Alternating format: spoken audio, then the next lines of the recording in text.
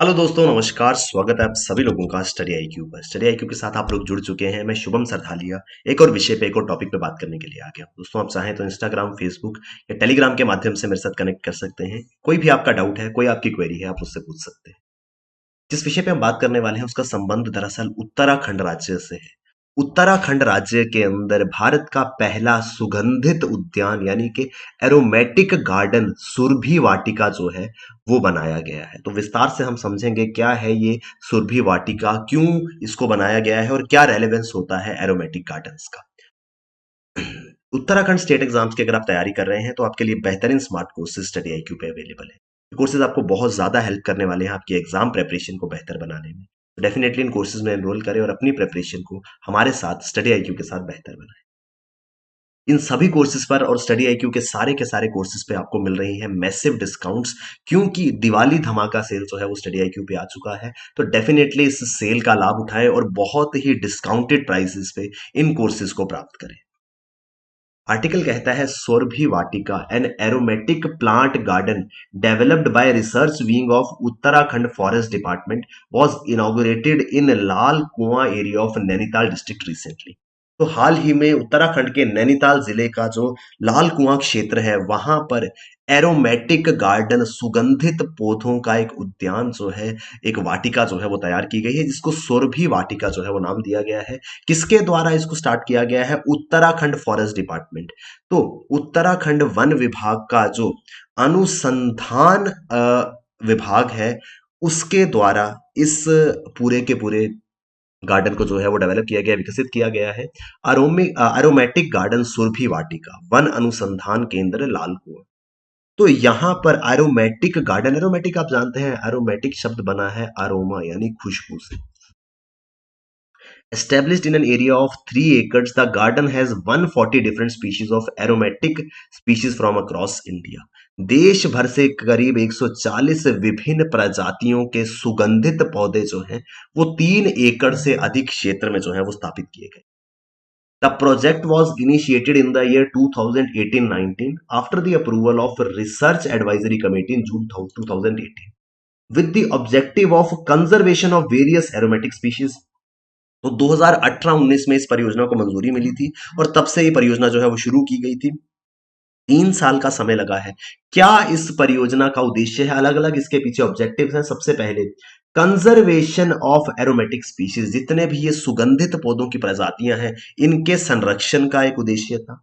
To create awareness about this species, इन प्रजातियों के बारे में, इनकी स्पीशीज के बारे में जागरूकता फैलाने के लिए इस योजना को शुरू किया गया। साथ ही साथ promote further research about this species and to link it with livelihood. तो 4 ऑब्जेक्टिव्स इसमें फुलफिल होते हैं। सबसे पहले कि इन एरोमेटिक स्पीशीज को कंजर्व किया जाए, संरक्षित किया जाए, इनके बारे में अवेयरनेस जो है वो जागरूकता जो है वो पैदा की जाए, उनको बढ़ावा दिया जाए, इनके रिसर्च के ऊपर फोकस किया जाए ताकि इस प्रकार की सुगंधित पौधों की और प्रजातियां जो है वो हमको मिल सके। तो रिसर्च अबाउट दिस स्पीशीज जो है इसको प्रमोट किया जा सके और साथ ही साथ आजीविका, लाइवलीहुड से इसको लिंक किया जा सके कि जो लोग इनको जो है वो ग्रो करेंगे, इनको उगाएंगे, उनकी आजीविका जो है वो कैसे बेहतर हो पाएगी। The authorities are now planning to expand the garden to 45 hectare. तो करीब 3 हेक्टेयर में ये गार्डन जो है वो बनाया गया था, लेकिन अब अधिकारी जो हैं वो इस बात पे चर्चा कर रहे हैं कि इसको 45 हेक्टेयर जो है वो बना दिया जाए। Next phase involves developing a conservation and training centre where the farmers can learn to grow and conserve the species which have commercial viability. अब सेकंड फेज में इस पूरे के पूरे गार्डन को जो है वो 45 हेक्टेयर में इंक्रीज किया जाएगा, विस्तारित इसको किया जाएगा और इस फेज में इन स्पीशीज ऑफ प्लांट्स को कैसे ग्रो किया जा सकता है और कैसे इनको कंजर्व किया जा सकता है, इसके संबंध में प्रशिक्षण, ट्रेनिंग जो है वो किसानों को दी जाएगी।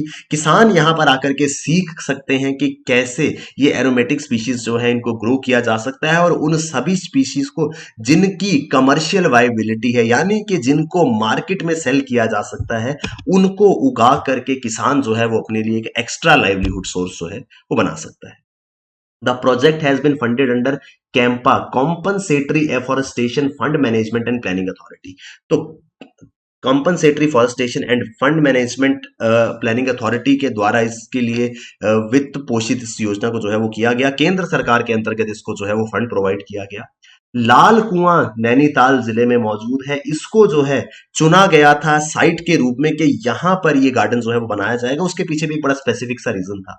लाल Kuan was selected as the site because it is known for perpetual problem of foul smell due to the stench that comes from certain industrial units. Lal Kuan वो इलाका है जहां से निरंतर एक बदबू जो है वो आती है। क्यों? उसके आसपास कुछ औद्योगिक इकाइयां हैं, कुछ इंडस्ट्रियल यूनिट्स हैं जिनसे ये स्मेल जो है वो निरंतर आती रहती है। तो इस वजह से, इस समस्या के कारण उस स्मेल को खत्म करने के लिए ये एरोमेटिक गार्डन, ये सुगंधित पौधों का बगीचा जो है उसको लाल कुआं में जो है वो स्थापित किया गया है। लाल कुआं के लोकेशन अगर हम देखें तो ये है उत्तराखंड का नैनीताल जिला। तो नैनीताल जिले से करीब इस तरफ टुवर्ड्स सर्दर्न साइड लाल कुआं जो है वो मौजूद है। यहाँ पर आसपास कुछ इंडस्ट्रियल यूनिट्स हैं जो कि कुछ स्मेल जो है प्रोड्यूस करते हैं, जिस वजह से कुछ दुर्गंध, कुछ बदबू सी जो है वो इस लाल कुआं इलाके से आती थी। और इसी चीज को ध्यान में रखते हुए यहाँ पर ये सुगंधित पौधे जो हैं उनका गार्डन जो है वो तैयार किया गया है। The aromatic garden has Tulsi Vatika which contains more than 20 species of तुलसी। यहाँ पर इस वाटिका के अंदर 20 प्रजातियों की तो सिर्फ तुलसी ही जो है वो मौजूद है। इसमें रामा तुलसी आती है, श्याम तुलसी आती है, वन तुलसी आती है, कपूर तुलसी है, African, Italian and Thai Tulsi.